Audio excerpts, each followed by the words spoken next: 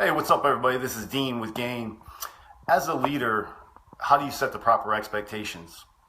And before you say that you're not a leader, let me describe my definition for you. So if you have children, if you have a pet, if you teach, and not necessarily just in school, but teach, if you have employees, or if you're in business in which you work with customers and have to communicate with them, you all fit that description as a leader who has to set proper expectations. And the reason I want to talk about that tonight is, I spent this weekend and a big part of today talking to different friends about some of those various examples. And the funny thing was, the common denominator for all of them was, the fact of setting proper expectations or not setting proper expectations. And what you find is it's the foundation. It's the foundation of whether you and the people involved are extremely happy or extremely displeased. And so what I wanted to do today was just go over a few examples in those arenas of the cause and effect of having set proper expectations and not having set proper expectations and seeing the result. And then from there, you can just chew on it and evaluate and see what you'd want to approach it with your loved ones and business partners. So, sound fair?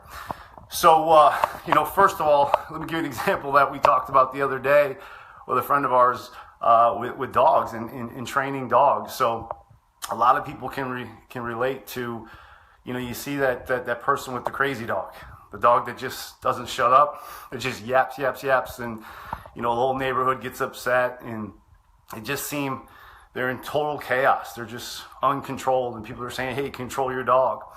Well, you've also seen the other end of things, where if you know a dog trainer, someone who's well kept at training dogs or trained their dog, and how well respected they are to their owners, and how well behaved, and never barking at strangers or running after them, and actually listen. It's a well-known fact that dogs, they have a pack mentality, and there always needs to be an alpha. In that case, in dog ownership, that alpha should be you. And so, setting the proper expectation from the start is what needs to be done. If you're a dog owner, that dog from the time you bring them home, whether it's a puppy or not, has to understand that you're the alpha and you set the tone. And obviously there's a lot of methodologies and training mechanisms to get that done. And so, my suggestion to you, if you're a dog owner, is to find someone that maybe is an expert in that, or do a little research yourself. But the difference between a dog owner who has set the proper expectations of what is right and what is wrong for that dog, in the end, everybody's happier. The dog is happier. They're in line with what they're used to, and there's no questioning. There's no chaos.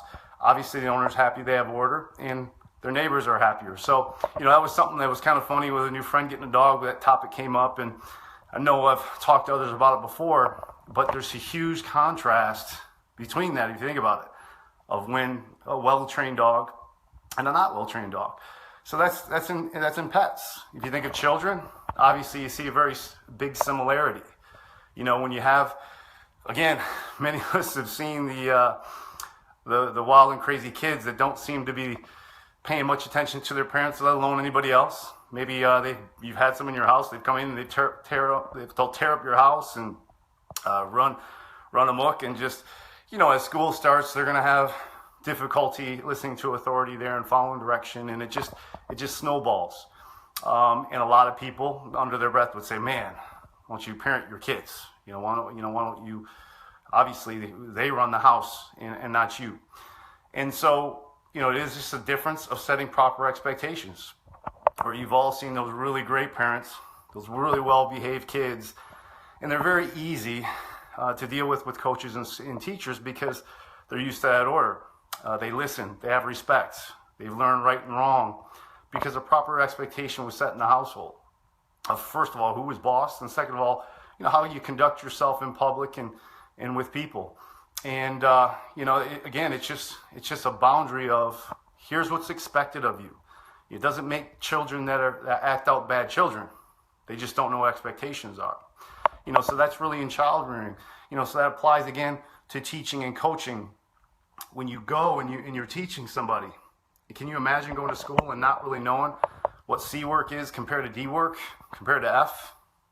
Or really what the teacher or the principal or your parents are expecting of you? You know, is it A an expectation? Is F? Is passing? You know, those type of things, people feel much more in order when the expectation is very, very clear. And so there's a huge comfort level for the student, and there's obviously a huge comfort level for those instructing them. Same thing with coaching. There's nothing more frustrating for an athlete to not really know how to please their coach. You know, not really know the vision of the team or their role within it. And if those expectations aren't clear, everybody's disgruntled, right? The coach gets mad because the player's not doing what he wants. The player's upset with the coach and maybe starts getting a little spiteful. And then there's not cohesion with the team, and it ends up splitting the team. Conversely, when you go into a well-run organization where expectations are crystal clear and there's a lot of task clarity, the team is tighter, it's closer, there's not much adversity. Most importantly, they win. You know, so you can see the importance of having proper expectations set from the onset. As we look at work, if you have employees, can you imagine starting a new company, brand new company, and not knowing what's expected of you, not knowing where to go, not knowing what to do?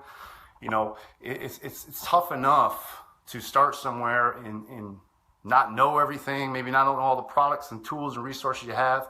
But if you don't have that common vision, you don't know what your supervisor is expecting of you, you don't know what's expected of you at the company, it's very tough to start that way. Conversely, you come into a very same company, a lot of support. Things are itemized and outlined. You know the expectation, the vision of the company. You know the expectation of your direct supervisor and maybe the supervisor above them. There's a lot of cohesion, a lot of support, and your outlook and your take on it is much, much different. And obviously, your take will affect everybody else's take. And you don't just have to have employees to be that way. When you deal with customers, or you deal with relationships, and proper expectations aren't set, it's going to give a lot of room for a lot of different takes and maybe a lot of disgruntled people and a lot of distress. Conversely, when you already know where you stand and you already know what's expected of you, it makes things so much easier and for a much stronger relationship. So, you know, it's a really powerful thing. And, you know, if you're not clear on the expectations that someone's expecting of you, obviously you got to put that on the table and find out quickly. But it's something to self-evaluate.